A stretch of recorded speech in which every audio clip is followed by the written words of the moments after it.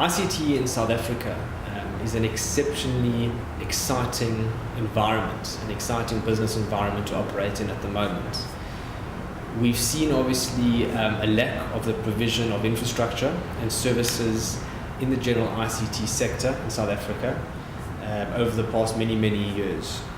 Over the past year, we've started to see a substantial amount of interest coming out of areas like India and China to get involved in South Africa and even on a broader scale use that as a footprint and a catapult into the rest of Africa.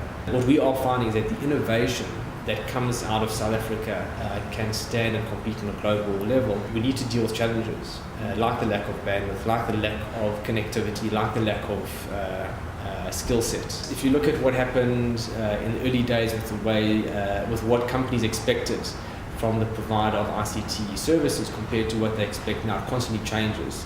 So innovation is key, and companies, in order to not just keep ahead of a competitor, but just to keep up, they have to constantly change and innovate. And any company serious about doing business is looking at IT and technology and communications. The predictions for me for 2010 is we will see a continued shift towards the day-to-day services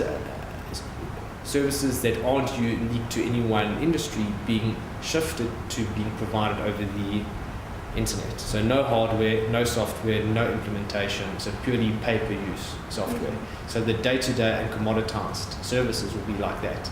We'll obviously see a rapid and continued decrease in the cost of bandwidth is going to come down. We'll see a rapid and increased continued pressure on the cost of phone calls, and, from Telkom and the providers of bandwidth. I think we'll also see a rapid increase in South African companies trying to penetrate the rest of Africa.